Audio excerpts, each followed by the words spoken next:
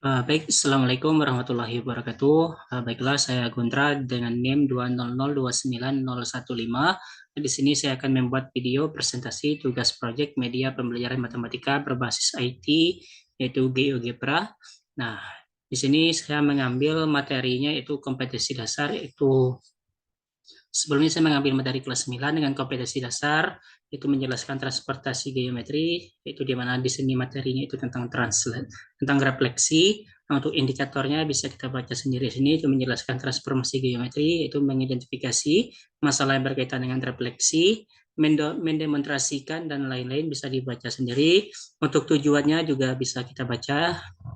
Ya, untuk tujuan dari medianya juga bisa, tujuan dari pembelajaran ini juga bisa kita baca, itu menjelaskan konsep refleksi, mengidentifikasi masalahnya, dan mempresentasikan hubungan satu titik.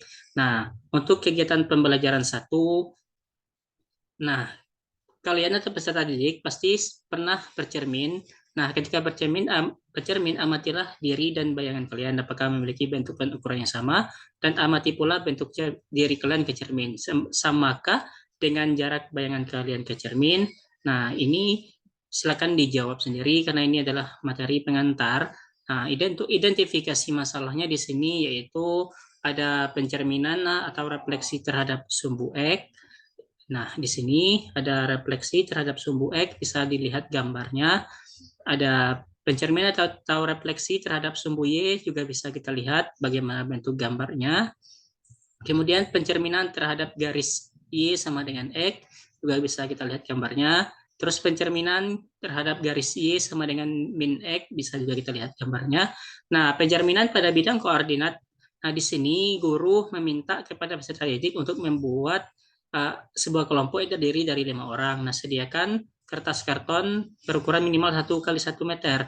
Nah, di sini peserta didik diberikan tugas untuk menunjukkan apa nama itu koordinat kartesius pada karton, yaitu dengan menggunakan spidol dan menggunakan penggaris secara bergantian diberikan tugas melakukan hal ini. Nah, untuk apa rangkaian tugas atau pekerjaan besar didik bisa kita baca sendiri di sini, yaitu sub kegiatan 3.1 ada 5 poin atau 5 langkah-langkah, terus sub kegiatan 3.2 juga ada 5 langkah, sub kegiatan 3.3 juga ada 5 langkah, sub kegiatan 3.4 juga ada 6 langkah, sub kegiatan 3.5 ada 6 langkah. Nah, setelah peserta didik melakukan kegiatan tersebut secara bersama-sama dalam kelompoknya, maka peserta didik untuk bisa mengisi ini.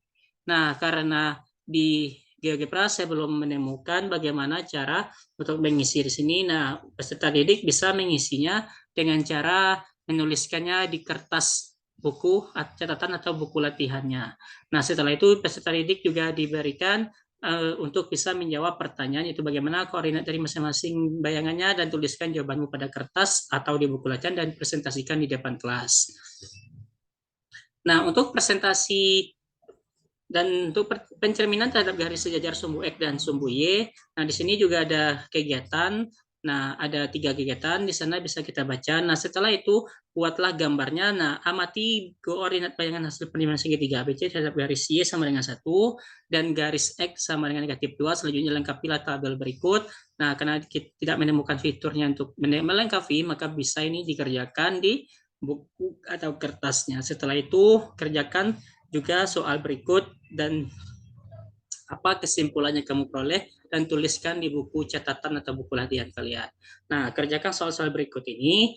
Nah, pencerminan terhadap sumbu X. Nah, di situ sudah ketahui, maka titik A-nya kan 2,1, maka A,1-nya adalah.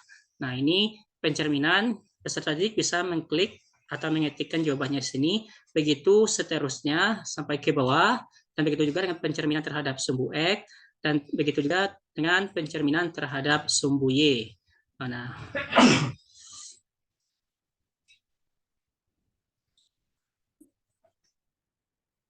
nah, begitu juga terhadap pencerminan terhadap garis, yaitu garis X, Y sama dengan min X. Nah, di sini juga minta untuk mengisinya ini. Nah, dari uraian materi di atas, maka dapat disimpulkan bahwa apa yang disebut dengan refleksi, bagaimana sifat-sifat refleksi, dan bagaimana cara menentukan refleksi.